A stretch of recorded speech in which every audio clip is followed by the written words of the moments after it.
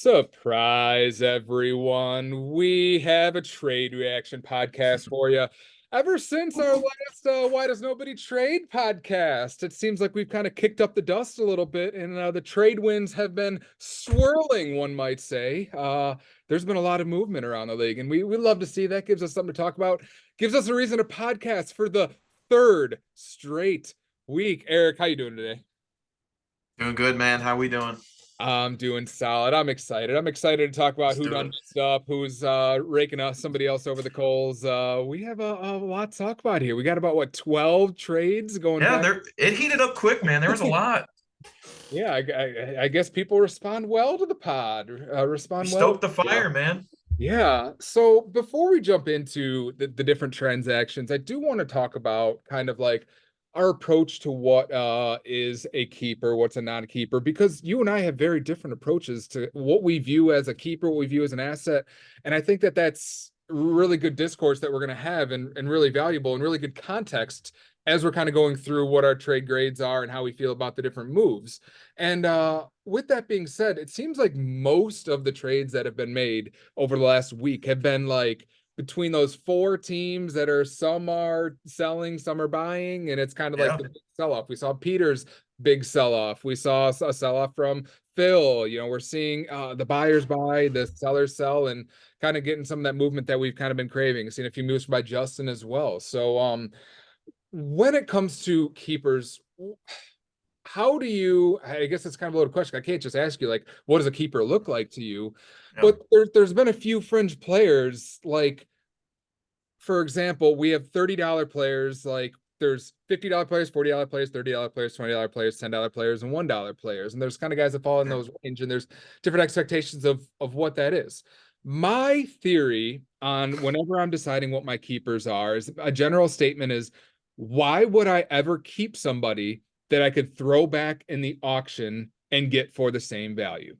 What would be your rebuttal to that statement? Take, for example, I'll even take one of my own players, so you don't feel like I'm throwing somebody under the bus.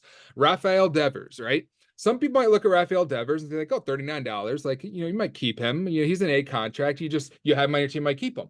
I'm not one that's going to look at Devers and be like, "That's a keeper for me," because I have no reason to keep Rafael Devers. Rafael Devers is the same player this year that he's always been. He's got 16 home runs, 42 RBIs, 47 runs scored. He's basically on pace to be the same player he has always been. He's going to end the year with 30 to 35 home runs, about 100 RBIs, about 100 runs, and a decent on base percentage, 367 on base percentage. He's the same player he's always been. And we determined this year in this past year's auction, he is a $39 player. So I don't see his value going up. I don't see his value going down with how he's played this year.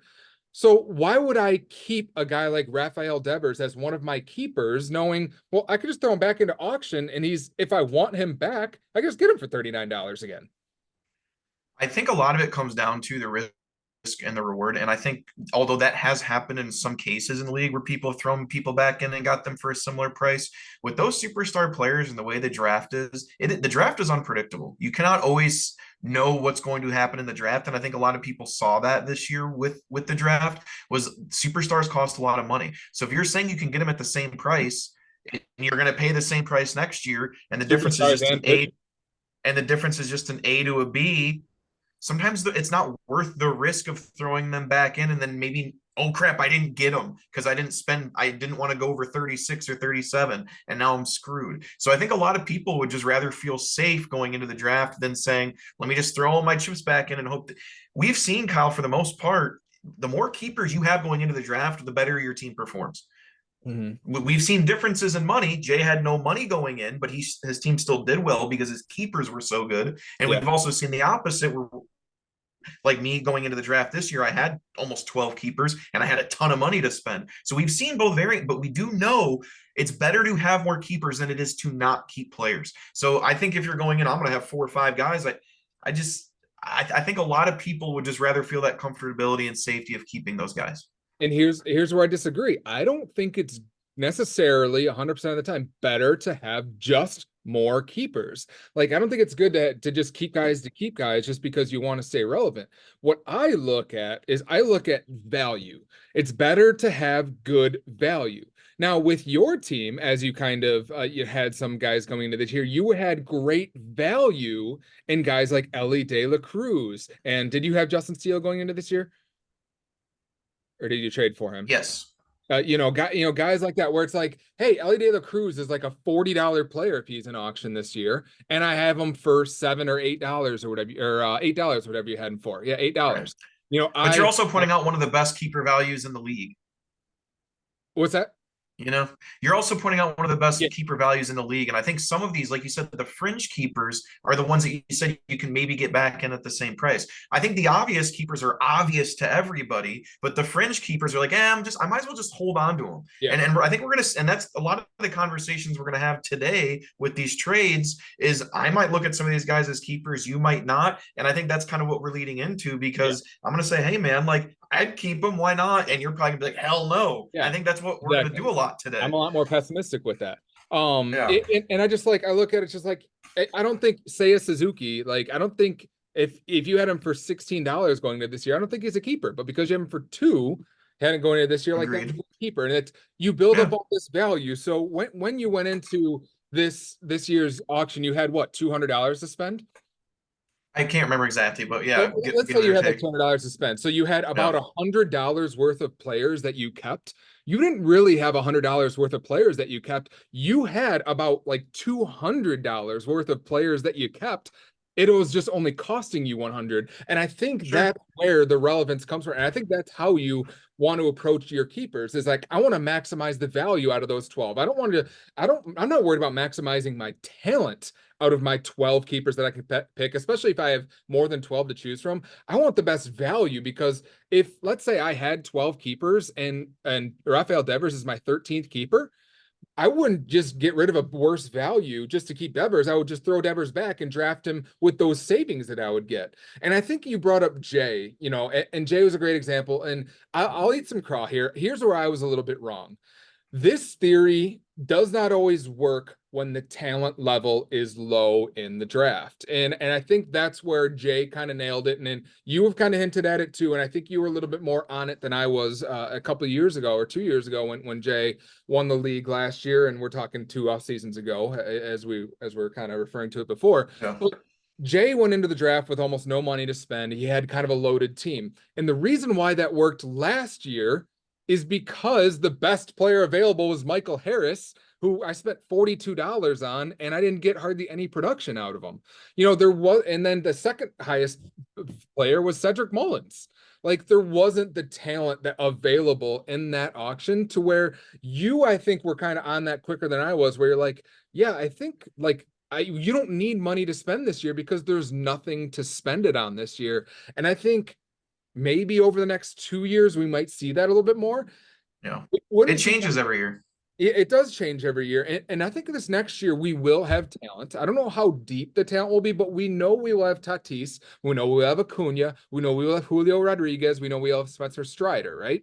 So Yeah, we have all of those players that are going to be available next year. We're going to have some more pitchers as well. And not to mention the other guys that are underperforming this year, maybe are overpriced sure. this year, who are still solid players, maybe like a Freddie Freeman or a Devers or a Corey Seager or one of those players. So like I think there's going to be talent. Maybe the year after that, there's kind of a little bit less of a talent gap where it's like maybe Corbin Carroll is the best player available 2 years from now. I don't know, but there's also going to be guys that kind of break on. There's going to be guys that break on the scene, like maybe a Kobe Mayo comes up and hits 30 home runs as a C contract waiver wire guy, and then he's available the following year. You just don't kind of know. And I think it does take there's more than one way to rebuild, and it does take a little bit of looking ahead to see, well, what can I reasonably expect to get out of the auction next year? If I do go into the auction next year with $200, am I actually going to be able to build a team around it?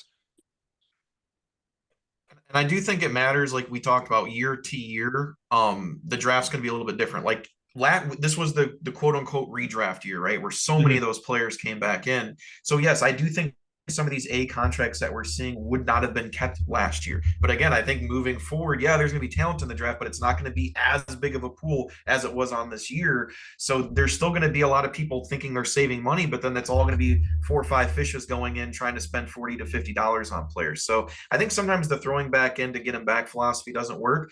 Jay, like I think 2 drafts in a row, he went in with the least amount of money, and he still was as successful as he was. So yes, the draft varies year for year. Keepers look, and I also, if this makes sense, I think keepers look a little different team by team. I think I've looked at your team before in past years and said, if I was Kyle, I would not keep that guy. But if that guy was on this person's roster, I would keep them, if that makes sense. And I think for some teams, getting depth, because depth is a big thing, is also a factor.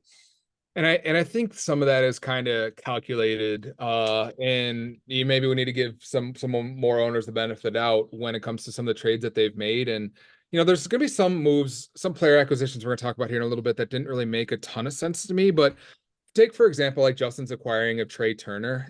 I didn't see that as like why would Trey Turner be a keeper? It doesn't really, his performance suggests he wouldn't be a keeper. We talked about that on the last pod, but maybe Justin looks at it like, well, actually, I'm looking next year, and he's like, I don't think I want to be in the Ronald Acuna sweepstakes. I'm seeing how it has affected Kyle's team. He spent $62 on him, and if everybody's going to be spending that kind of money on, I don't want to be in that bidding war and knowing I need him if I'm going to be relevant again next year. Because for a lot of these teams, like Peter and Phil and Justin and Dex, like they're going to need a lot of talent next year if they want to turn things around quickly in the draft. And I don't know if there's going to be enough guys for them to turn it all around, because not everyone's going to get Acuna, not everyone's going to get Tatis. There's only one Exactly. of each of those players. Yeah. So, maybe it does take a little bit more of a hybrid approach of, yeah, I'll build some assets, some guys that I know will help me this year. And I think Phil's kind of taken that approach a little bit more. And he's mentioned in some of his negotiations where it's like, I don't want really the maybes. I want guys that I know are going to help me next year. I kind of want more proven guys. I don't want DL Hall next year. That doesn't really do anything for me as a keeper. I want guys that kind of have a little bit more of a track record. And that first trade might contradict that, but we'll see. So given all that, I think it's just necessary to kind of quantify what we value, and how we kind of look at the context of some of these deals here. So And maybe you like the cheap keepers, but history shows you also haven't spent all your money in the draft. yeah, that is So, all. so I mean, it's like, oh, I didn't even use this money that I wanted to save anyway. You Yeah. know, No, don't get no caught doing problem. that. But hey, No it's worked problem. out for you. All right. So we last left off on Justin and Dane's trade of Dane giving up Yoshida and Kramer in acquiring Raisel Iglesias. Still don't really love that one, but we talked about that last podcast. So it brings us to our next one, which is between Dex and Dane. Dane gave up Seth Lugo, the $1 wonder from this year, maybe one of the best $1 pitching contracts that we've seen. I know Garrett Crochet is up there, and then behind him is Cutter Crawford, and probably Seth Lugo maybe slightly ahead of Cutter Crawford, the numbers he's put up this year with his 2.29 ERA, 1.04 WHIP, 95 strikeouts in 110 innings. Just pitched a lot of innings. It kind of goes deep into games, which even helps that he's got a low ERA even more. So that's certainly a tier above the Cutter Crawford types. And he gave up Aaron Savali, who I'm not familiar with what his contract is. Was it like a $7 A or something like that? Yes, So you traded him and then got back Brent Rooker and Nate Eovaldi. $8. Yeah. Now, ironically, this is kind of a funny one, and it's going to be really tough to evaluate because with some of these trades here, and as I kind of talked about in the last podcast, kind of the black and white thinking a little bit of trades. Dex, who is rebuilding, he gives up 2 A contracts here. Brent Rooker, who is a $5 A contract, and Nate Eovaldi, who is a $19 A contract. So it makes it a little bit tougher to evaluate. So what is your impression of this trade?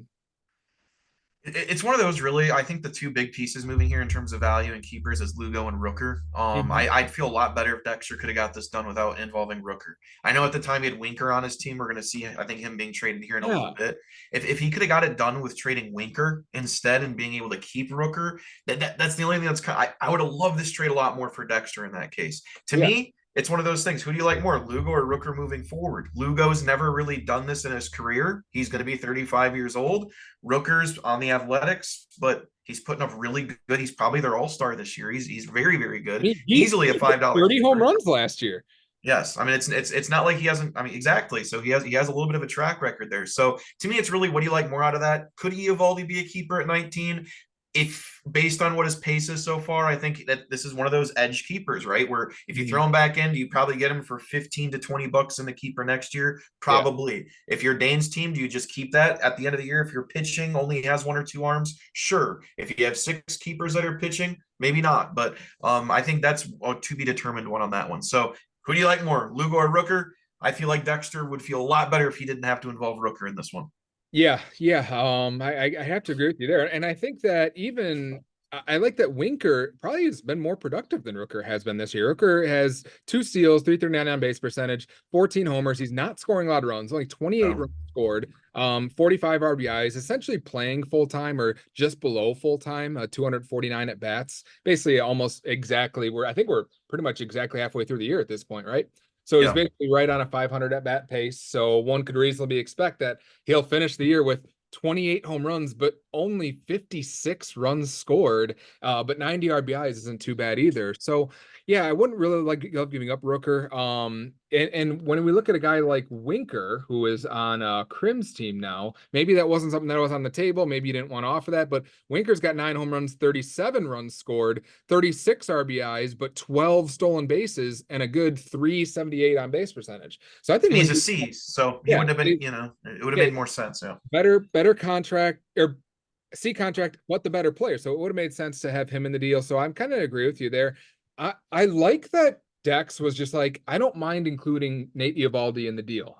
Because Nate Eovaldi's a guy who's like for $19, I'm probably not going to keep him anyway. It just Nate Eovaldi's old enough. We kind of know what he is at this point. So and I like that he's like, well, if I can throw in Nate Eovaldi here to get this deal done, then let's just freaking do it. Seth Lugo. Oh, I was mistaken. I thought Seth Lugo was a $1 A. He's actually a $4 A. Still, I mean, a But still, keeper with the still, numbers, but yeah, yeah. still solid. So I kind of like the theory there, and Savali, $8 A player who's got a 5.2 ERA, so not really much of Not too relevant. an asset there. So I'll give Dexter like a B here. And I'll give Dana. I'll give Dana a B plus here. I think that I think that Eovaldi, even though we kind of talked down on Eovaldi being a keeper for 19 and we talked up how good Lugo's been, It helps him this year.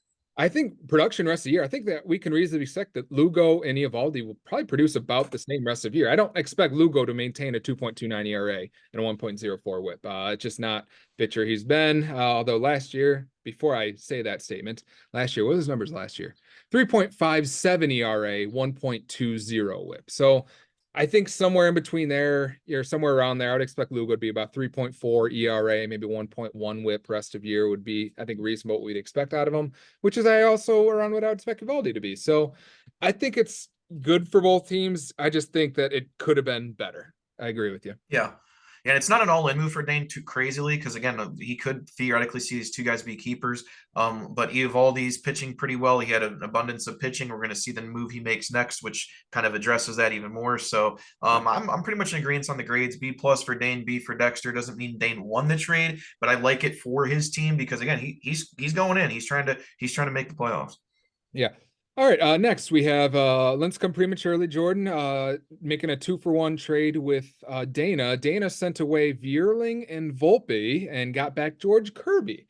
George Yeah. Kirby, clearly the best player in the deal, having another solid year, 3.35 ERA, another sub one whip. You know that Kirby doesn't walk anybody. Strikeouts just a shade under strikeout innings, still 96 strikeouts because Kirby goes pretty deep into games. Like Kirby as a pitcher, he's kind of an up and down season. He kind of started off pretty slow, but now he's really finding his stride once again. I wish I could have swooped when I could on Kirby.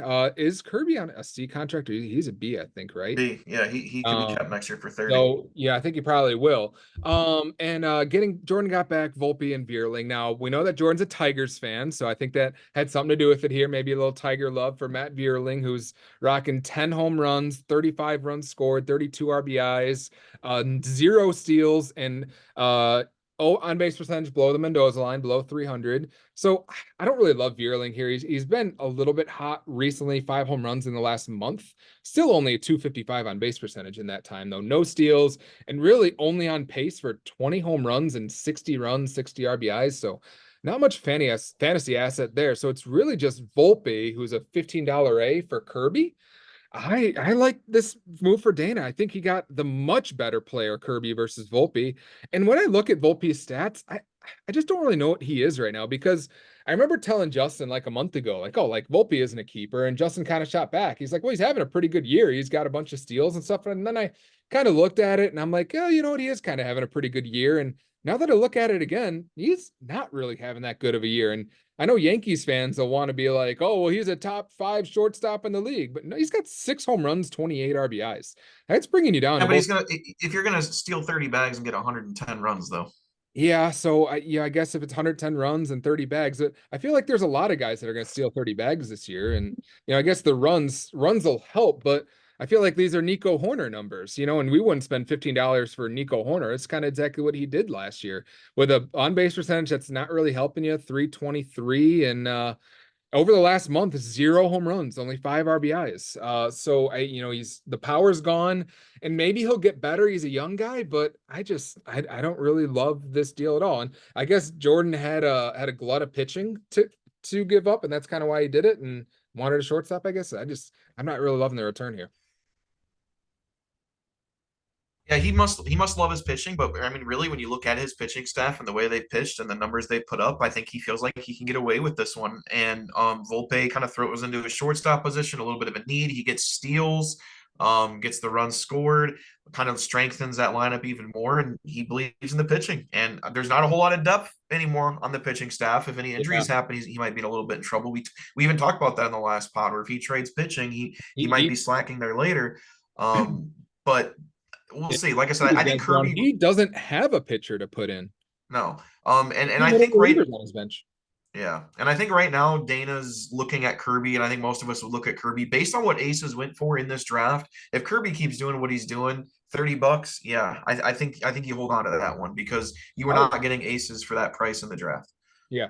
I'd say probably more. I'd say probably 35. I mean, we saw he'd be a tier below Zach Wheeler, but we saw Bobby Miller go for 34, right? So I think Yeah, a tier above that. So yeah, I sure. think reasonably he would go for something more of that. He seems like clear fire keeper. He got the best player and the only keeper in the deal. So We'll certainly see. Volpe, we'll see. I think he might be a right keeper, but we'll there.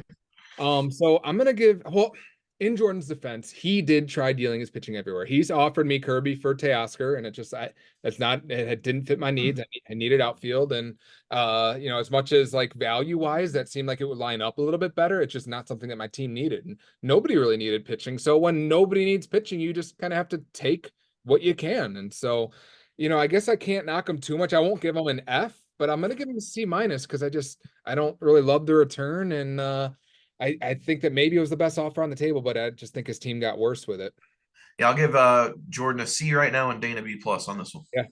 I'm gonna give Dana an A on this because he has a glut of Ooh. shortstops. And Back-to-back trades, you're giving the yeah. good grades to Dane. Okay, here we Yeah, go. He's not done Dana's yet. turning nothing into something. I don't know what it is that people just want to bend over backwards for Dana or bend over forwards and let him insert, I guess. Wait till the last one. Yeah, yeah. Yes. I think it's just pretty solid move by him. So next we have a 3 for 3 with Krim and Dex, where Crimmy gave up John Means, Bo Bichette, and Max Muncy, and got back Winker, Luis Robert, and Giancarlo Stanton. I hated this one for Dex. I'm not gonna lie. I think this one not the best value here. I sent Dex a message right before he made this trade, and the message said like, "Hey, who would you like most between Royce Lewis, McClanahan, and Woodruff?"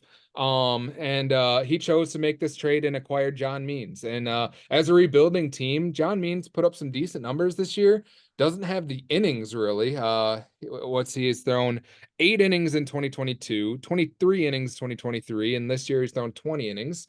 When he's been on the mound, he's been pretty solid. You got to tip your cap to him. He's my kind of guy. Good numbers in small sample sizes, but there's no way you're keeping Bo Bichette at his salary, and I wouldn't keep Max Muncy either. So to give up 3 solid contributors, including an A contract, and Giancarlo Stanton, who he had for a really reasonable deal for I think what a $7 A or something like that, and to give up him, Luis Robert, and Winker all in this deal to his buddy Krim. Do I say collusion here? I don't think so, but it was not a good deal for Dex. Yeah, and it's tough because those were some of his best pieces to move. And About all being he had, yeah. yeah, I He was mean not moving Stanton Contreras. This is about all he had. with the year Stanton was having and the lack of outfielders in the league, I think you could argue Stanton could be a keeper at $7, right? I mean, I he's on pace agree. pace to hit 40 home runs. Robert obviously is hitting a lot of home runs at this point. Winker, we just had a conversation about him. I do think obviously Muncie's been hurt. I do think if he had 40 games played, you could almost quadruple his stats. I do think that is a keeper even at $18. That's a really big bat for you. But other than that, it is tough because Bo has had a horrible season. You're not putting, I think, 29, I think Bo is. You're not doing that. And then John Means, like you said, hasn't pitched much in the last couple of years. So I felt like you could almost have gotten away with this where Krim says, "Hey, I'm not getting Muncie till August." Means is bad. Could he have gotten away with Muncie and Means for just Muncie If and it was Means? just yeah, if it was just Muncie and Means for Robert, Yes, I'm like, something like that. yeah, Yes, then I'm like, all right, you're getting a 1-for-1 asset, that's fine. That I wouldn't really have a lot to say about it, but yeah, I gave up kind of, just felt like just too much, just a yeah. little too much there. And then went and I just the acquiring. Why does Dex want to acquire Bo Bichette? And who I mean, there's a lot of season left. Who knows? The next 80 games, he could be the best baseball player and rock. And at 20, you just never know. But it's just not something that you can bet on and give up. I think that much value for. Yeah, it was tough. I mean, unless Dex is confident that the only way I could see it is if I'm acquiring the asset and I'm reflipping it, but he's only going to have a month to do it. Trade deadline's in about a month from now, and so I think on the 28th or something like that of July, where maybe he can flip Bo Bichette to Chad for one of Chad's assets, and maybe he's eyeing Pete Armstrong or Caminero for Bichette, and that kind of helps both teams. And I actually think that would be a pretty solid fit, but. It almost gets like an incomplete. I really don't like the value here. So I'm gonna give Dex a D, maybe even a D minus here, and I'll give Krim. I'll give him an A minus here. I thought he did pretty well in the deal. He was able to reflip Giancarlo Stanton I think right before he got hurt, right? Yeah, no. And Well, Krim traded a dude right before he got hurt. yeah, Wow, yeah. Stop me if you've heard this one before. wow. He didn't he do that last year? Or who was the one last year that kind of had the hex? Who was Who, trading guys right? who And they knows, dude? I think it was Which him last year. Yeah, he might be a witch. Right, need to cry witch on that one. So, is there anything more to say about like the return that Krim got, getting all these players and kind of what it did for his team? I think it really showed. I mean, we talked about it in the last pod that we both kind of were on the same page with him being in the bottom tier of the playoff contenders. He was Yeah. in the playoff race, but we both kind of felt like he was like about in the 10 spot of that 6 through 10 range. This move says I'm in it. I mean, I'm getting Winker, I'm getting Robert and Stanton. We just talked about how everyone lacked outfield, and he just loaded up on outfielders, and we're going to see here he trades some more pieces here in a minute. But it's likely the only keeper in this. It could be Muncie, it could be Stanton. Who knows on Robert? Obviously, he's showing the power, but we'll see. I do think Muncie could be kept. So How I'll give a C minus to Dexter, and then just for pure going for it, I'll give an A minus to Krim. I like it. before what Muncie's numbers are what? So he had 9 homers, 28 So RBI. 36, 120. He's had some. He doesn't have a 600 at bat season. He's never had a 500 at bat season. So really, we can't really just multiply But this if out. you're hitting 4 or 5 in that lineup, dude, I mean, how do you have him any So more of a grade reasonably, spot? I would say if you multiply this by 3, that's about 417 at bats. That's about what he averages, a shade under what he averages. So it'd be 27 home runs. It would be 84 RBIs, no steals, and a okay on base percentage, not great on base percentage. And then let's Doesn't he see. usually had a pretty good on base percentage though? No, because limited by he has a relatively speaking, his on base percentage is better than his batting average because his batting average is so putrid, but his on base percentage isn't Wait, usually. hold on, Kyle. His on base percentage is better than his batting average? No. Sorry, what I was trying to say is, well, yeah, what I was trying to I'm say messing with is it. his batting average is so brutal. His batting average has been Yeah, no, yeah. 196, 212, and But two. that doesn't matter in our league. And his Yeah, career on base is a 350. So he's been a pretty decent on base guy. last 3 years, 329, 333, 323. So kind of not Yeah. really helping you, not really hurting you. But 100 runs kind of, or close to 100 runs last year. well, okay, last year, but I was saying his pace is only 72 runs scored. So about 27 homers, 72 runs, no steals. That is not a keeper for what's it, 15, $20? I disagree. I mean, if you look at his 2023 numbers, 100 runs, or 95, I'll give you exact 95 runs, 36 homers, 105 RBIs, and you're having a 333 on base. Yeah, I'm keeping that for $18, dude. I mean, that's a huge hitter that I you're not don't paying $40 for. I don't know if you're getting those numbers again.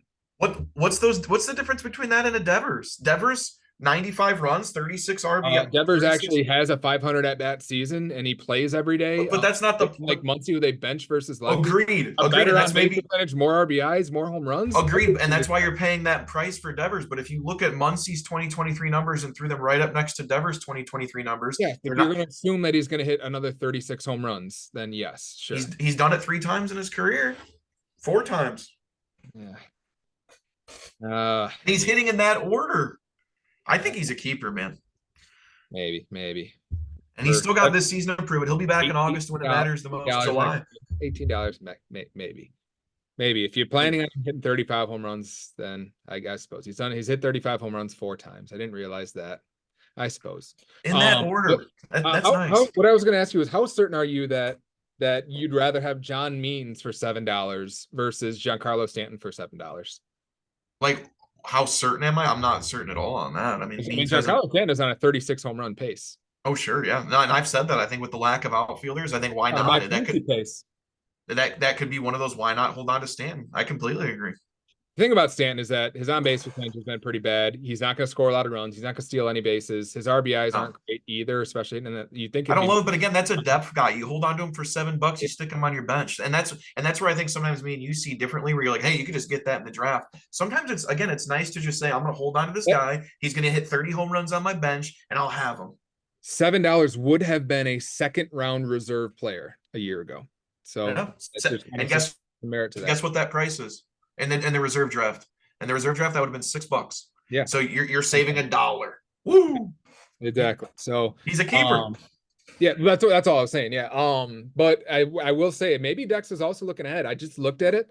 Giancarlo Stanton has not logged a single game in the outfield. So he will lose his outfield eligibility. He will be DH only next year. So that'll be tough. Yeah. Maybe that will make it a little bit tougher to keep him. He's maybe going to be more like JD Martinez of this year. So it makes it a little more. Or McCutcheon. Yeah. Maybe I was a little too harsh on Dex. Maybe he foresee the future. Maybe he believes in Muncy, and maybe he saw the future writing on the wall with Stanton and got out ahead of it. Maybe he's just a little mad you didn't like his trade as much. I don't know, man. I don't know. Yeah, maybe. All right. Next one we have. This is my favorite trade of all the trades so far for a rebuilding team. We have Phil gave up Davis Schneider and Salvador Perez and got back Tristan Casas, Shane Baz, and Vaughn Grissom. I'm gonna take the lead on this one. Taking in the last two just because I love this so much. Salvador Perez, who we know what Salvador Perez is. I said it on the last podcast.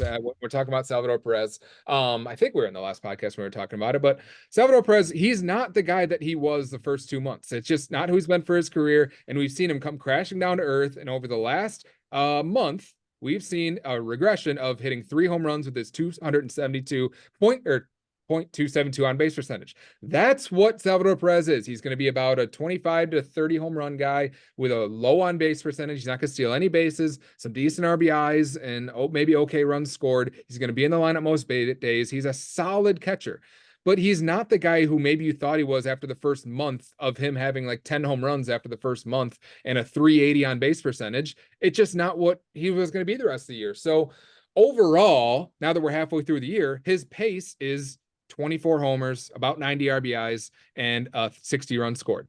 That's what I would expect him to be. It's kind of all leveled out.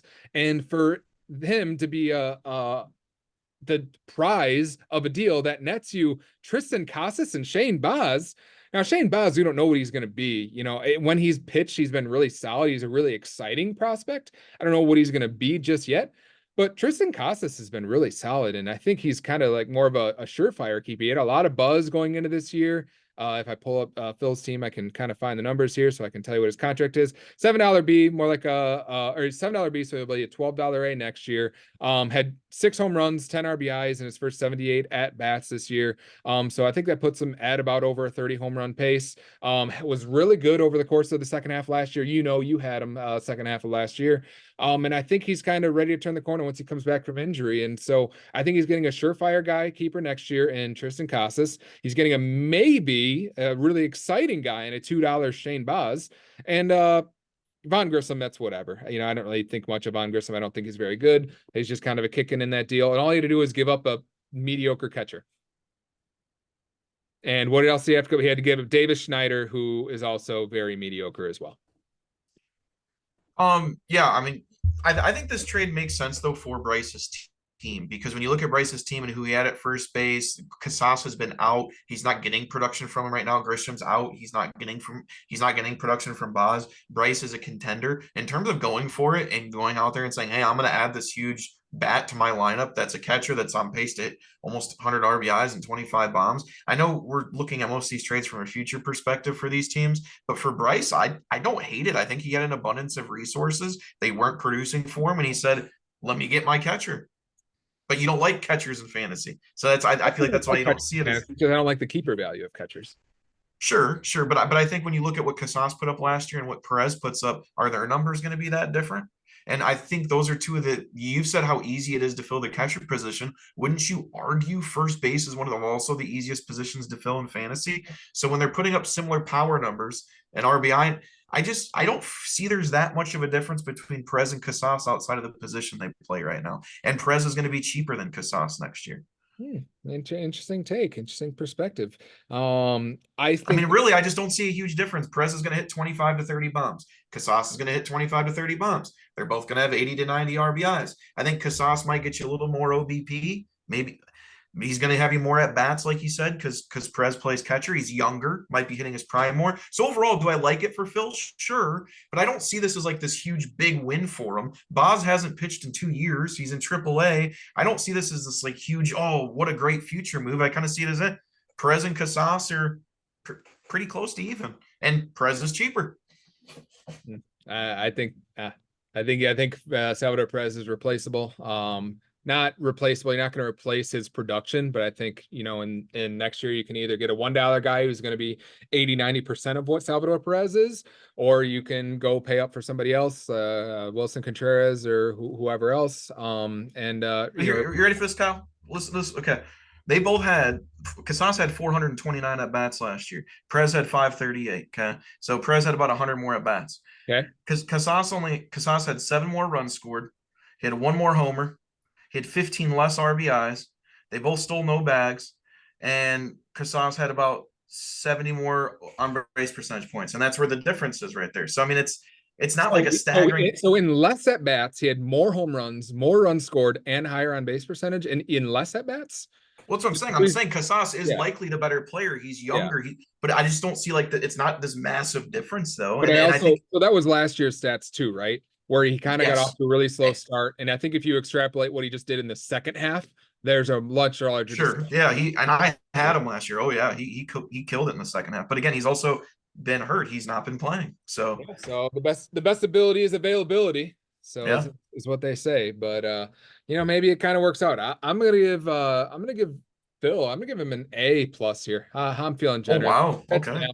Okay. You know, gotta show the respect. But I just think this is exactly the exact return that you want. You're getting a surefire guy. I don't hate it. Yeah. And what you want in Casas, you're getting a maybe. You're getting a probably not in Vaughn, but you're getting a maybe in Baz, and at least a guy who is exciting. I think Shane Baz is a lot more exciting than Dean Kramer. You know, not to keep, you know, to pile on Dean Kramer or anything, no disrespect, but I just think that the prospect pedigree is a lot more exciting, and you can see kind of what he had. It's a scratch off lottery ticket there, and that's the kind of return I would want. I think that like I think that it would be a solid return for Luis Robert, and he got that I return agree. of Salvador Perez. So And I don't hate this for Phil because honestly, I would keep Grissom at his price because I mean, when he played 40 games a couple years ago in Atlanta, and you know, again, pace those numbers out, I think he did pretty well. He's a top prospect, just hasn't really had his shine. And again, with Phil's state of his team being where it is, and he's clearly in rebuild mode, I don't hate it. Like I said, I just think the two biggest names in the deal, Perez and Casas, are pretty similar. I'll give Phil a B plus, but I also, like I said, Bryce, based yeah, on his team needs, I liked it for Bryce, so I'm going to give yeah. him a B plus as well.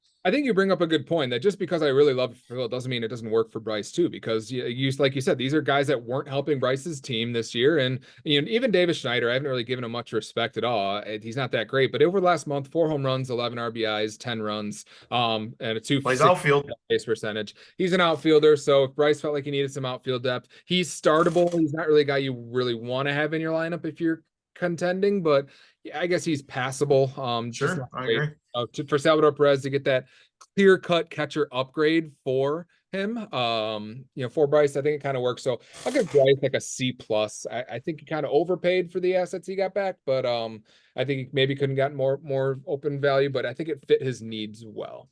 I agree. Yep. All right, let's go to the next one, which is a trade between the Wahoo Maniacs and myself. I gave up Robbie Ray, Lars Nootbaar, and player formerly known as Anthony Rizzo, and got back Brandon Nimmo and Christopher Morel. Something tells me you're going to bring some heat on this one, so why don't you go ahead and take this? Um, I, where do I start? Do you want me to start on your end or You Justin's can end start here? wherever you want. I feel like you feel pretty strong about this one though. Um, I don't. It's tough because who? Let me ask you this question. Um, I'm looking at it. I think Rizzo's kind of irrelevant in this one for right I now. I think agree. it. I think it He was really a, is he right. was a free stash, I and really think it's Ray and Newt Bar for Nimmo and Morel. And yeah, and I'm no, going to tell you, and I know you acquire these players, and like we said at the top of the show, I know we've had a little bit of this discussion before on what we think a keeper is. When I'm looking at Morel's numbers and when I'm looking at Nimmo's numbers over what they're going to do, and I know maybe the listeners get tired of us saying pace, but we're right at that. I love doing it. I mean, yeah, you're a it's a math perfect guy. time to do it because we are basically exactly halfway through the Yeah, year. it's We're the like perfect right. time to do it. I'm looking at those Nimos and Morel's numbers, and those are surefire to me. Those are surefire. I'm going to keep those guys. That's depth to my team. They're not that expensive for a grand total. When you factor in Morel going up $5 and Nimmo staying the same, that's $22 next year. Nimmo's on pace for 100 runs, 24 homers, 92 RBIs, 10 steals, and an I would say not elite, but a 360. That's a plus Yeah, attribute. that's And then plus. Morel's on pace for 76 runs, 30 homers, 90 RBIs, 14 steals. The OBP drags you a little bit, but there's people starting guys with 280 OB. Those are both surefire keepers to me. So when Justin's trading those two, which I think are huge assets for him next year, and he's getting back Lars Nootbaar, who's constantly been hurt, we Mhm. can talk about the potential. He's 27. He's been in the bigs for 4 years. He's been hurt. He's not done it over the course of a full year. He's a little bit cheaper than Nimmo. Nimmo has an injury history too, don't get me wrong, but he's doing it now. He's playing. He's doing it, and he's playing great. Yeah, Nootbaar's never done it over the course of a full season. But okay, so then we go to Robbie Ray. The $3, he's going to get you 200 Ks. If he comes back and is an ace, fine. Maybe we look back at this one in a year and say this was fine. But as of right now, I'm not giving up possibly two surefire outfield big bat keepers for the chance that Robbie Ray is a 200 strikeout pitcher again at 34 years old. yeah. I just where I would disagree is I just don't know that these are big bat guys like you kind of suggest they were, and I'll tell you kind of what his kind of justification was, and even after we talked about it afterwards, which is, uh, you know, Brandon Nimmo for $15. He's on pace for 24 homers and 10 steals. I feel like I can find 24 homers and 10 steals for that $15. I don't really view him. He's another one of those guys where it's like he's an at value player. I could throw Brandon Nimmo back, and I don't see a lot of people bidding like I'm going to bid $25 for Brandon Nimmo next year because this is exactly what my team needs. Because he doesn't really excel in any categories. He's solid in on base percentage. He's solid in runs. I guess are the two that he's really good in, but he's not You like can't say solid. He's great in it. If you're on pace to score 100 runs, that's great. That's not solid. That's great. I suppose he's had some health stuff in the past. But he's at 100 runs scored once. He had 89 runs scored last year. So, he's solid. I wouldn't say he's like Mookie Betts great. Mookie Betts is great in runs scored. No, Um, Mookie Betts is the elite number one in runs scored. yeah. That's more than great. Um, so I don't view Brandon Nimmo as like, oh, he's like the surefire guy I need to keep. He's just kind of like an at value player. I And then completely disagree with, especially the lack of outfielders people have had this year. But I sorry, you keep going, And keep then going. I do think that Morel is a keeper, and I think the steals is kind of what puts it over the top because we're kind of sitting here waiting for the Christopher Morel breakout, and it's still kind of happening, kind of not happening. He's on pace for 30 homers and 14 steals, but I mean, I think just a 30-14 guy would just make the obviously the $7 for next year keeper alone. And nobody was saying that Morel wasn't a keeper. I think we all agree that he is, especially with the second base, third base, outfield. I don't know what 90 ribbies too. eligibility will be next year, probably just third base next year, right? Maybe second base. Yeah, probably third. Yeah. So a minus on base percentage, but what he looked at is basically is like, well, I can turn Brandon Nimmo into Lars Nootbaar. And although Lars Nootbaar is not, I'm not going to really go over his numbers too much. He's just kind of like a toolsy guy. He's usually been hurt. Hits usually lead off in the Cardinals lineup. He has a very similar skill set to Nimmo, and I think he's Right. $3 cheaper. Power, speed, good on base percentage. Is kind of like they're very similar players. Nimmo just or Nootbaar just hasn't been on the field to kind of prove it there, what he actually is. But we've kind of seen it in small spurts of what he is. Let's see here. Yeah, even when he was this year in his 141 at bats, 5 homers and 3 steals. So, you kind of put them on like a 20 home run and 12 steal pace, essentially kind of what it is, with decent on base percentage, 337 this year, 367 the year before. And I just think that he's younger, he's got a little bit more ceiling, and you're kind of buying some upside there and taking the shot that maybe he can be something at a little bit cheaper of a price than what Nimmo was. Then it just kind of mainly turns into Robbie Ray for Christopher Morel. And I think that Justin is tired of seeing Javi Baez 2.0 and Christopher Morel and seeing all the strikeouts and all that. And he's like, although Robbie Ray, might not be the Robbie Ray he was before, and his ERA is kind of fluctuated, the one thing you can count on from Robbie Ray is elite strikeouts.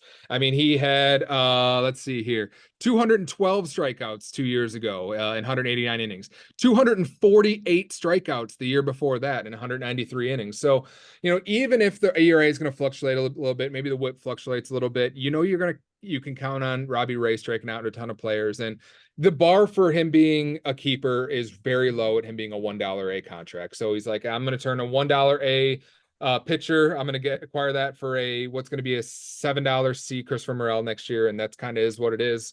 I don't know what the open market would have been for Nimmo and those guys. It didn't sound like a lot of guys were asking about Nimmo and Morel, so it's hard to say like what he turned down. I'm not going to give it a grade myself because I was obviously involved in it, but you can.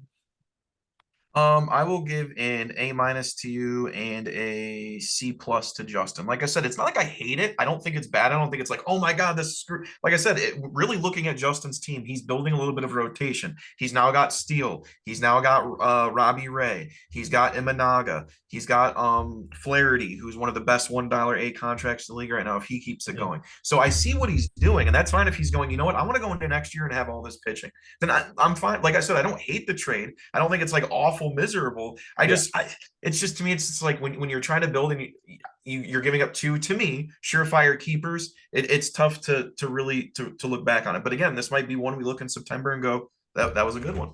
Who knows? Yeah. Yeah, you never know. Or Christopher Morel can strike out and at 40, Strikeouts don't matter. You keep bringing 40 up strikeouts as if they strikeouts matter don't in matter for fantasy, fantasy. but they matter for playing time, And he's playing, and he's playing every day. until Matt Shaw comes up, Okay, we'll see. or Ballesteros, or any of those other guys. Right. Next, we have a couple small ones. We have Matt Chapman for Max Meyer. I like this one for both teams. I actually really like this. Bryce gets Yes. an upgraded third base and Matt Chapman, and a guy who's playing a lot better than Jake Berger is. He's actually kind of chipping in a lot in pretty much every category is Matt Chapman. Little quietly, doing it quietly as well. I mean, on a decent contract, 6 stolen bases, 9 homers, 52 runs scored, 33 RBIs, and a 318 on base percentage. Not a guy that's going to light the world on fire by any means, and he's getting older in age. His production and his metrics, there's a reason why he didn't get a big contract in free agency, because guys just don't really believe in it too much. But a guy that's helping Bryce's team and in return. Justin didn't really view him as an asset. In return, Justin got Max Meyer, who we don't really know exactly what he is yet. There's an adage that I'll probably repeat 100 more times in this podcast, which is there's no such thing as a pitching prospect. And I like that at least Max Meyer, when he has come up, he has shown that he can be an elite pitcher. I mean, in 17 innings, a 2.212 ERA and .82 WHIP, really solid numbers in his small little sample size of 17 innings there. So I don't know how much we can extrapolate from that, but I think he's got pretty good stuff. I think people are pretty excited about Max Meyer, and I think it'll be a good thing. It's a guy Yeah, I think Justin, this one could be a quick one. a guy he didn't really view as an asset for a guy who could be really good. Max Meyer. Sure. No, I completely agree. I think this is another move by Bryce. He says, hey, I'm going to get a bat that I can, again, more depth. I can put him in the lineup if I need to. If someone gets hot, I could take Chapman out. Chapman's not, the bat he was 4 or 5 years ago, but especially also hitting in San Francisco. But I like it. Like you said, Meyer, it's not producing for him anything this year. I think for Justin, it's a perfect move for him because with his price. And Marlins do a pretty good job of building those pitchers. They do a really good job of developing them. So if there's any type of pitchers that come up and do well, I think Meyer could be one of those guys. And again, with Justin stay to his team, I think Meyer's an easy keeper for him. Throw him in there next year, see what he can get for you. I like this move for both. Excellent. Do you think you would keep Matt Chapman for $3? Honestly, yeah. I mean, yeah, again, I think teams sometimes lack depth. I mean, who doesn't have 5 players on their IL? Why not keep them for $3 and just if there's a choice between this keeper and that keeper, sure. But again, if you can, if it's between having 10 and 11 keepers, and I spend $3 on Chapman, sure. That's the only scenario. Yeah, if he had to cut somebody else to keep him, no way. No. But, I mean, yeah, right, 18 home run pace and a 70 sure. yard. Yeah, I'm not keeping that for 3 unless I don't have any other options. Next, how often do people go in with 12 keepers? Yeah. Some do, some don't. Next trade we have, he'd be a good like throw in maybe. Just acquire that asset. Next trade we have is Special K getting back involved, giving up Alex Verdugo and JJ Bleday for Spencer Torkelson and Josh Lowe.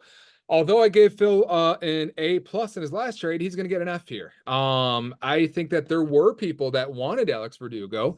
Yeah. I think he would start in a lot of teams' outfields. You've already talked about how thin outfield's been at points this year.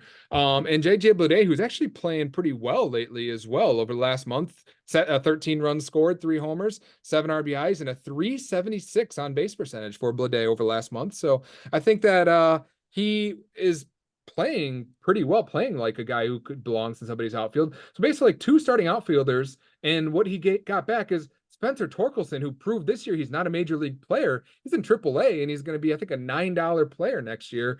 And Josh Lowe, who has shown some upside, but Josh Lowe is $14. So like, how good of numbers is Josh Lowe going to have to put up in order to be a keeper at, let me just verify, $14. Josh Lowe has 5 home runs on the year and 100 at-bats, 4 steals, and a .303 on base percentage. And the at-bats, you could extrapolate the at-bats, but I also know that Josh Lowe doesn't play every day because he's in a platoon in Tampa. So Josh Lowe is not really a guy you expect to play 600 at-bats, so it's not like you can really extrapolate those too much. I don't think he's a keeper at 14. Sorry, sneeze coming. So I really don't like the steal at all for Phil. I think that he could have gotten a little bit better of a bargain or a little bit better of a keeper for Verdugo and Bleday. And I don't think he got a guy that I would even consider keeping. Yeah, and it's funny too, because the way it works is after the draft, honestly, I looked at Lowe's numbers last year: 20 homers, 32 steals, 335 OBP, 70. I looked at it, I'm like, for $14. Yeah, I'm like for $14, heck yeah, that's a pretty. But again, he hasn't done it this year. He's been hurt. It's not there. You get Torkelson, who I think right now nobody would spend anything on him. I think you could get him honestly for probably $2 or $3 in the draft next year, or $1. Oh crap, Torkelson on the $1. He's not gonna be in the top 360 players. No, and so now Verdugo's never really been that great of a fantasy bat. He really hasn't. This is with the RBIs, his numbers look better. Hitting 4. That's the big thing. He's hitting 4th in the Yankees lineup more often than not. He's hitting behind Soto and Judge. So those RBIs, where I was hoping Rizzo would be. Yeah, those RBIs are going to be there. He's doing well. Has he usually been a fantasy bet? No, but with the lack of outfielders, I really, just like you just said, thought, and I know there was teams going after at Verdugo. I thought he could get a little bit more for it. If Phil believes Josh Lowe's the 2023 Josh Lowe, by all means, go for it. But I think that right now is the epitome of a guy you could have thrown back in and kind of sneakily got for $8 in a Josh Lowe next year. Yeah. Are you keeping him for 14 right now? Hell no, I'm not. Yeah, this isn't even like a maybe to me. This isn't like Right. taking a flyer on a pitching prospect or anything No, like that. It just kind of seems like this is a real head scratcher. And so I don't know. agreed. You did bring a point. It's like you look at Lowe's numbers last year and you're like, oh, that's actually really solid. 20 home runs, 30 steals, like that. But we proved this year that he did that last year, and we only wanted to spend $14 on it. So none of us really believed that. If we thought that Sure. he was more like a 20 home run, 30 steal guy, we probably would have spent 20, 25, $30 on him this year. But he went for less than what Nimmo went for. And Chase McCormick. yeah, Chas McCormick went for a lot more. So basically, he had that breakout year. None of us bought into it. We proved that, and then he's underperformed what that was, and so it just didn't make any sense to me. So Yeah, I don't know how Dane keeps getting away with this. A+ for I Dane, know. F for Phil. It's pretty clear cut to me. And it gives Dana even more outfield depth. We talked Yeah, about how nobody had it. Now he there's keeps turning nothing into with something, and Krim. I don't know how he keeps doing it.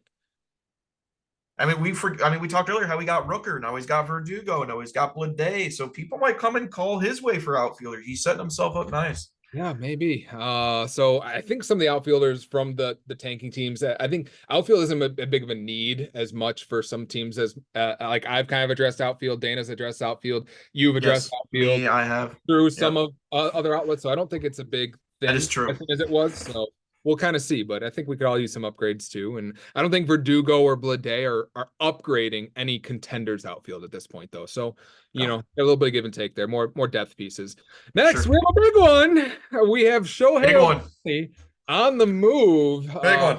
Jordan, he finally let go. I kind of quietly shopping him a little bit, but man, he got a haul back. I gotta say, Freddie Freeman, Manny Machado, and Anthony Santander, all for Shohei Ohtani. Wow. I we had an agreement, Jordan and I, a trade offer for him, and our Which offer, Jordan? uh Jordan, original Jordan, Okay. where Oh wow, I before thought we traded okay. him to Krim.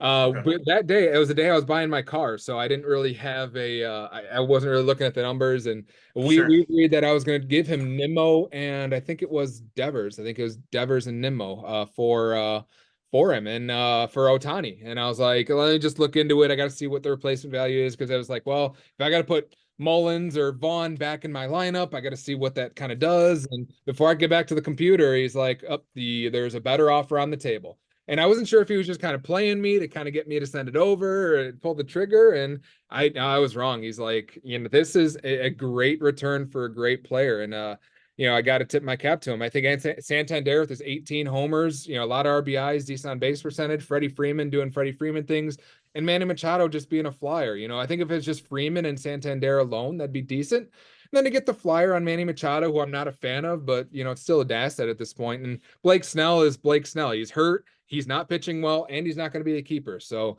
you're not really getting much there. So I really like this for Jordan. I think he got great value for a superstar. I'm going to give Jordan an A, and I'm going to give Krim like a C- here. I think he gave up too much, and he didn't have the depth really to pull it off. I think he gave up I do think he gave up a little too much, but I think this is one of those trades that has to almost be addressed with the trade that comes up next. And I think when you look at the return of what he gave up in combination of these two trades and what he got back, it does look a lot better to me. Mhm.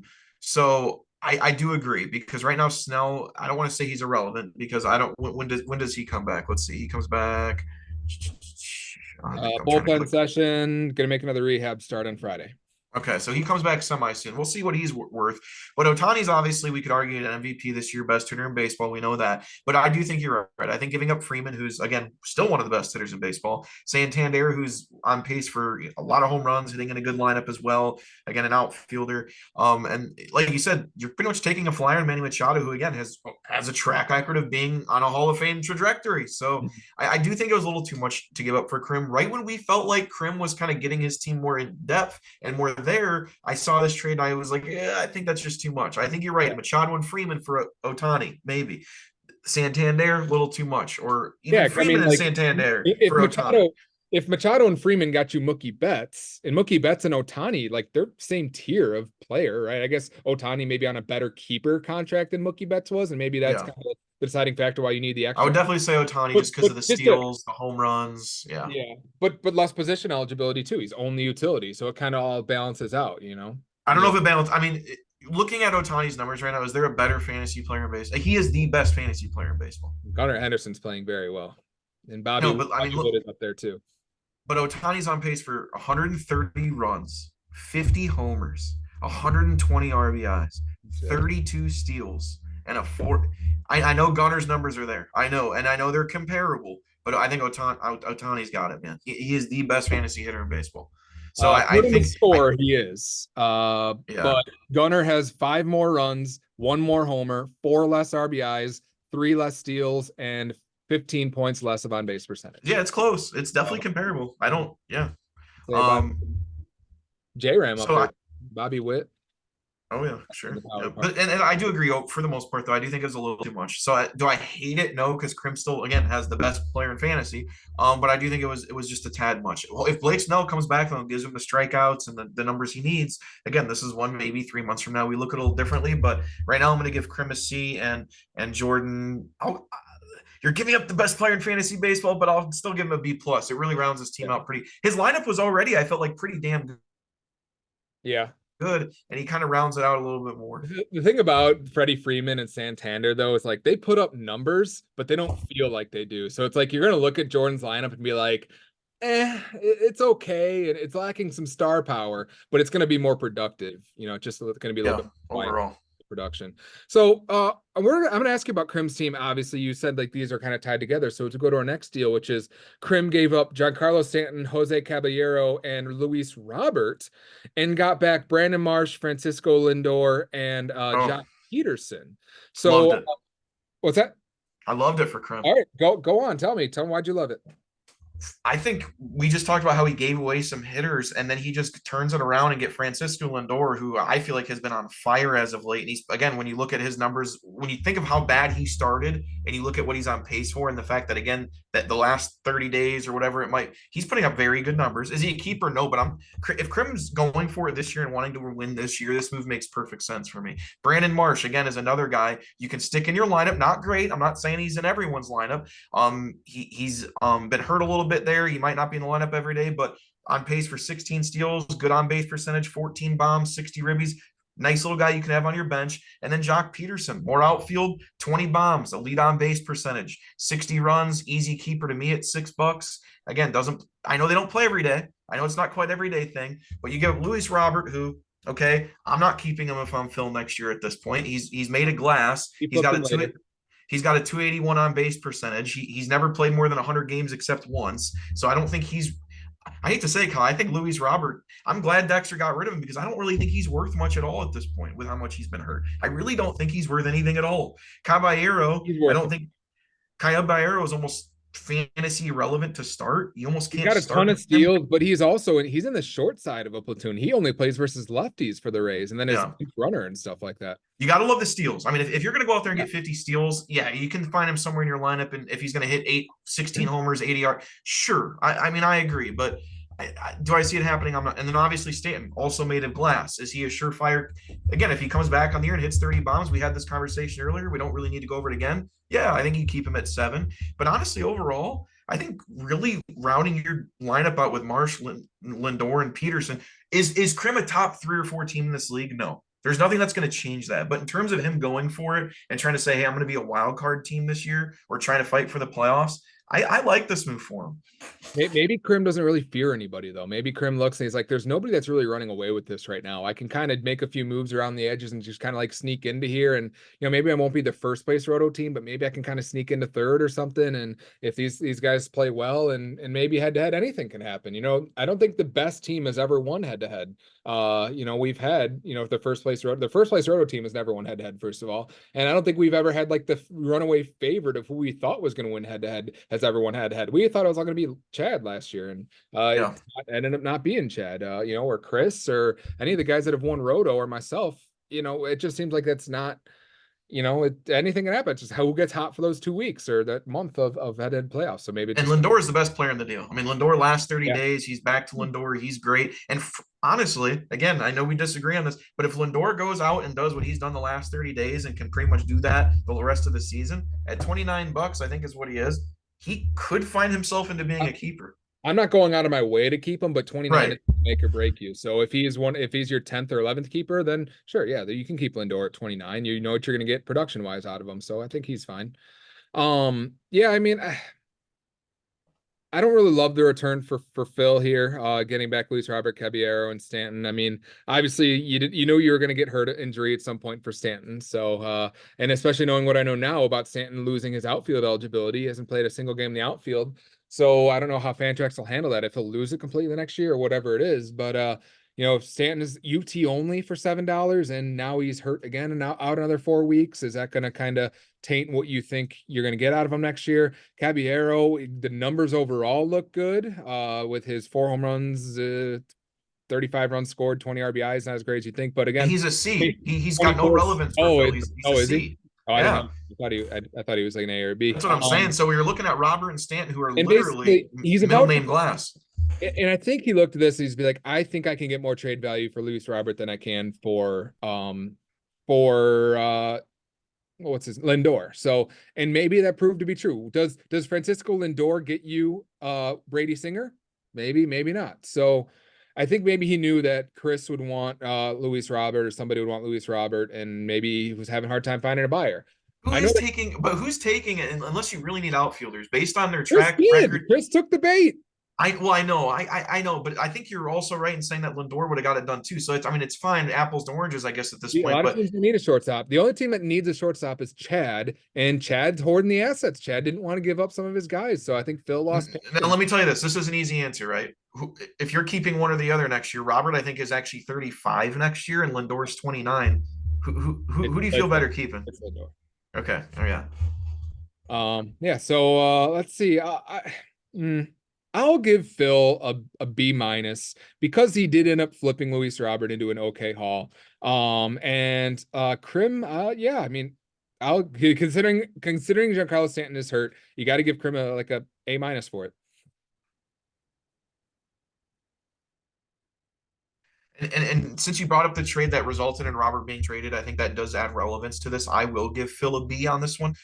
Because again, Marsh wasn't going to be on his team next year. Peterson, $6 maybe. We'll see. Lindor, like we just had that conversation. So overall, I think it's fine. Like I don't hate it. It's not anything moving altering. But overall, I do really like it for Krim. I give it Krim an A, and I'll give Phil a B on this one.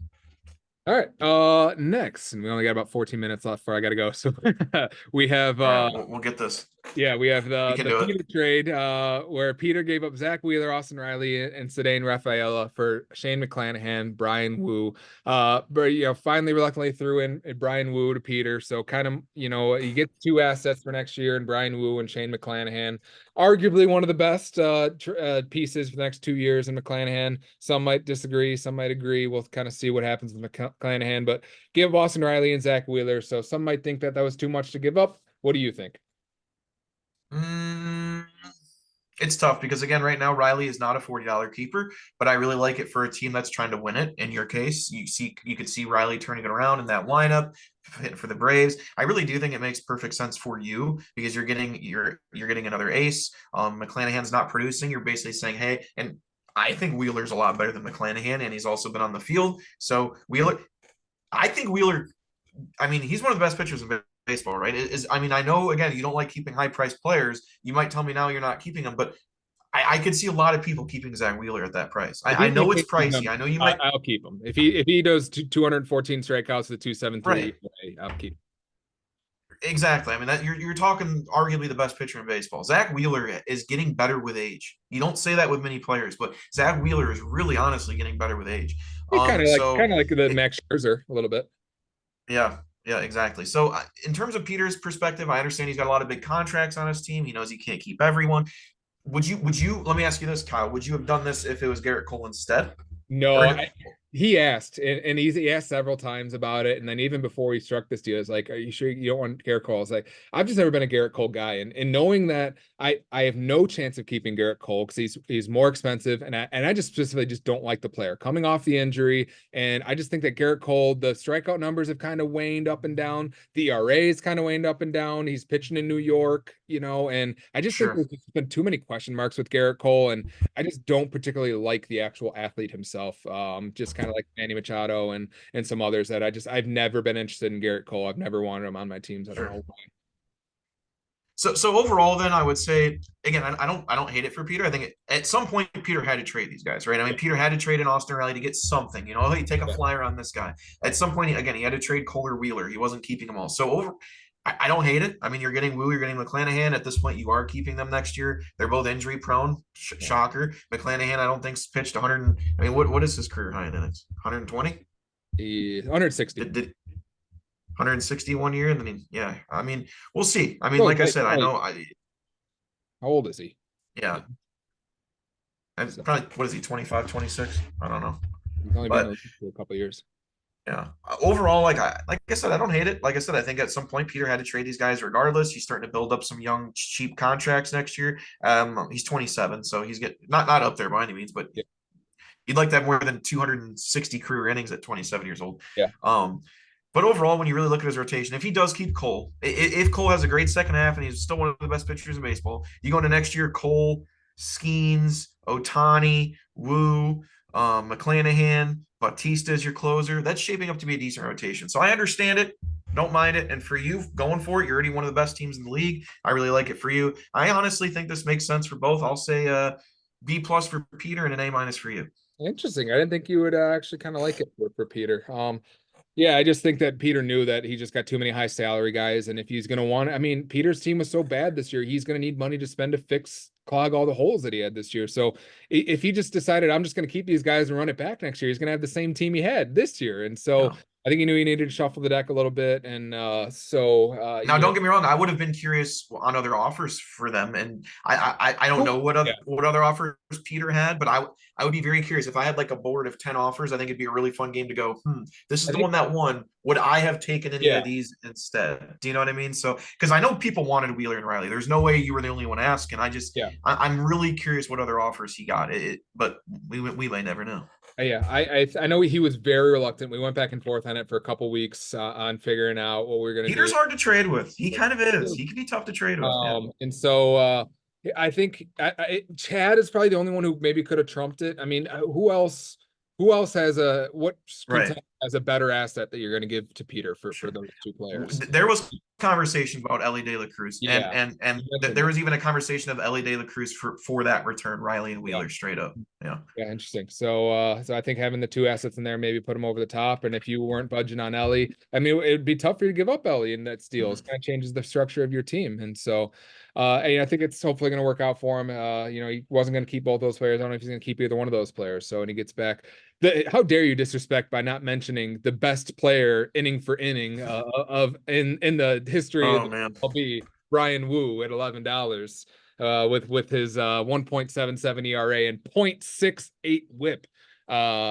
Just maybe a young goat in the but make who but can't. here's my thing. We're talking about 100. We're talking about 128 career innings, right, Kyle? And you always talk about the value of a keeper. 128 career innings. Is he a Who are we looking at? surefire $11 keeper? Who? Oh, Woo, yeah.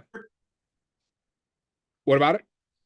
I mean, I know you like him. I know Yeah. you love him. I know you like him. But right now, he's got 128 career innings in 2 years. Granted, he comes back in a month. We got a lot of season left. He comes back in a month. But is he a surefire $11 keeper right now? I don't think we can 100% say that. What if Well, he no 2 months from pitcher now is has a fire because pitchers get hurt all the time, and we don't know how their ERA is going to go up and down. right? I Oh, mean, if I told you he ended the year with I mean, he's not really a strikeout guy this year. If I told you he ended the year with a 3.5 ERA and a 1.1 WHIP, are you? I mean, yeah, I guess. I mean, depending on what we saw pitches go for this year, yes. If those are his closing numbers, yes. sure, But if it's like more like 1.2 whip, then yeah. I mean, we saw Nate Eovaldi. If he's put Nate Eovaldi numbers up, and Eovaldi went for 19, I think that's probably sure. No, keep I him. agree. I don't hate it. Like I said, it's just I don't. He's got a lot to prove still. Yeah. All right, let's get to the last couple quickly. We have a Let's do special it. guy making more moves. You see two more left for Phil here, and giving up Kyle Gibson, and he found a home for Luis Robert to Chris for Brady Singer and Brandon Drury. Drury kind of feels like the throw in here. Really, Singer's the main course here. $1 a contract, 89 innings, 85 strikeouts, a 3.12 ERA, a 1.17 WHIP.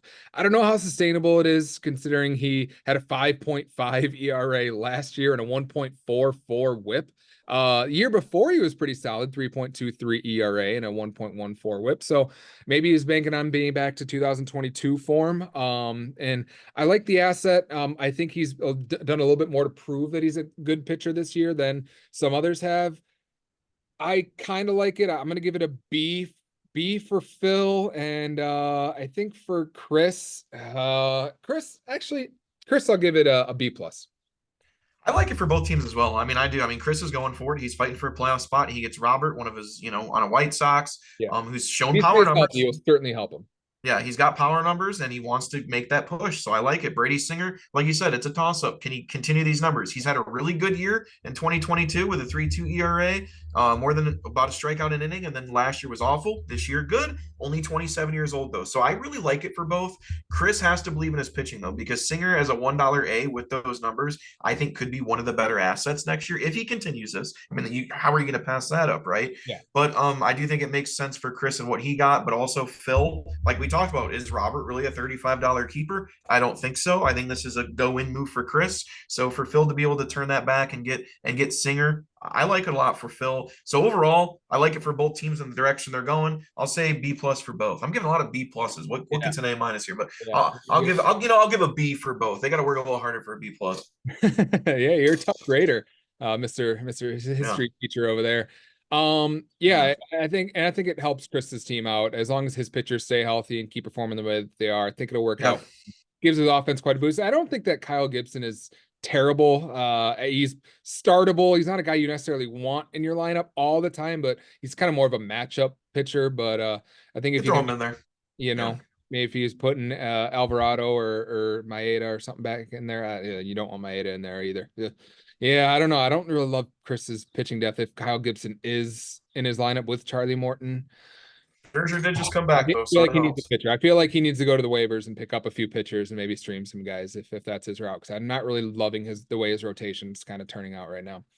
Last deal we have is a small one. Brian Bale for Ryan Weathers. Ryan Weathers is out for next couple weeks. It looks like still reevaluated at later this week and could begin a throwing program. So he's going to be out until after the All-Star break. It looks like Brian Bale shit numbers right now. He's shown some okay flashes, but he's like for $12. He's not currently a keeper. It just to me, this is just trading a C contract for an A contract of Yeah. what I was telling Phil is I was just like, don't trade me. Don't I was like, I need to clear roster space. This is what I was doing. This is just me clearing a roster space because I can put Weathers in IL and IR and Bale Sure. not. And I was like, just take an A contract for I was like, don't make this trade if you have guys that are going to give you something for Ryan Weathers. He's like, nope, nobody wants Ryan Weathers. He's like, Chad has called him trash and nobody really wants Ryan Weathers. So he's like, that's fine. I'll just take a flyer. Maybe Bayo has a good second half and it turns out to be an Nate Eovaldi, and I consider keeping him for 12, but or whatever he is, or 11 or 12. But it's just an A for a C is all it really is here. Yeah, no, I agree. Nothing too big here. Phil gets someone to kind of root for in the second half. Maybe Bayo turns it around, turns into something. Other than that, yeah, not much to speak on there. Easy peasy. Yeah, I'll give it a B both ways. I think Ryan Weathers can help me down the stretch, and over the last month, his numbers are actually okay in some of his starts. Did he get lit up recently? Oh, that's right. His last 30 months he hasn't pitched in 3 weeks, so his last 30 days are a little bit bad. But I think he'd had some good starts, kind of chaining a few together. He's kind of been up and down, and maybe he can help me down the stretch, maybe not. And Bayo was droppable anyway, so at least he Sure. can see into an A. Gotta appreciate doing that. All right, we got about 3 minutes. Is there anything you want to add that you didn't get to say in any of these trade reactions or about any of our rebuilding teams or anything like that? No, I like that we were able to do this though. Obviously, the trade market really heated up. So if we would have waited another month to kind of when we got closer to the playoffs, I think it would have been there might have been more trades. So I like that we were able to do this, get a quick reaction pod, get it out there. Maybe we'll get more trade fire spoken. It was interesting though. I loved the trade between the two contenders. I forget who it was between. It was between like Chad and was it Chad and Which one? I The can't remember. the Otani trade? Maybe it was that one. I can't remember. But there's been a couple times where we have contenders trading with contenders, and we You were, made a trade with Chad, Albies, yeah, Rodon, and Reese yeah, Olson. yeah. That was before. Yeah, there was. I mean, we are still having teams that are vying for playoff Yeah. spots, trading with teams that are still in contention. So I like that. We kind of mentioned on the last pod. Is it too much of sellers trading with? There is still that, but I also think there's teams that are also trying to mutually kind of help each other out in their weaknesses. So it's going both ways. I like to see. I like to see it. But the hot stove got sparked, man. It was good. How big of a shakeup do you think any of these trades have made to the power rankings? Because I Oh, feel like my trade kind of vaulted me up, but I do kind of feel like Chad kind of holds some cards here. If he can still pull something off, I don't know what's left out there for him, but it right. seems like he still has some assets to move, and maybe he can still pull this off. It's hard to move up a whole lot from number two, which is where I had you. Could it be interchangeable? Sure, but I had Dana at 8 in my previous rankings. I think with all the moves he made, I think I could arguably say, does he creep up on Jay? Does he creep up on Tyler? He might in my rankings. So I don't see a huge shift despite all those trades being made, but there's a lot of moves by those playoff teams. And as I mentioned in the chat last week, it was 3 games separating 6 through 10. It is Yeah. now like 9 games separating six. A lot can happen in one week. So you got to stay in it. You got to make moves. You can't wait too long. So I think Dame, we talked about it a lot today, but moved up a little bit for me. All right. Excellent. Yeah, I don't think I have a whole lot more to add there, but hopefully the trades keep rolling in. And I think it's better to kind of take a snapshot of our opinions kind of at this time rather than a month from now when we have more hindsight. It's almost more valuable to Sure. kind of make the gut check reaction because a year from now we'll know who won the trade and it won't really matter as much what the opinions are at that point. So, Sure. you know, what And we then a can, month from now, we're going to probably be right in the thick of the playoff race. So it'll yeah. be kind of fun to do a show then to be like, all right, what can happen? Exactly. Yeah. And unless we get another 12 trades this week, I don't Heck anticipate yeah. fourth straight week of podcasting. Dude, we're But losers. We're teachers. We we'll ain't got see. nothing to do. Make us That's, pod. Let's that's get also going. bad. That's a 3 hour megalodon episode is There we coming. go. Get some drinks, trade deadline show. There we go. Yeah, there we go. Heck We'll have to do that like maybe like 5 days before the deadline though, so that way we can see what we can muster up yeah. and Stir the pot a little bit. all right. If you guys have made it this far, thanks for joining us. For Eric, I'm Kyle. Thanks for joining us. We'll see you next time.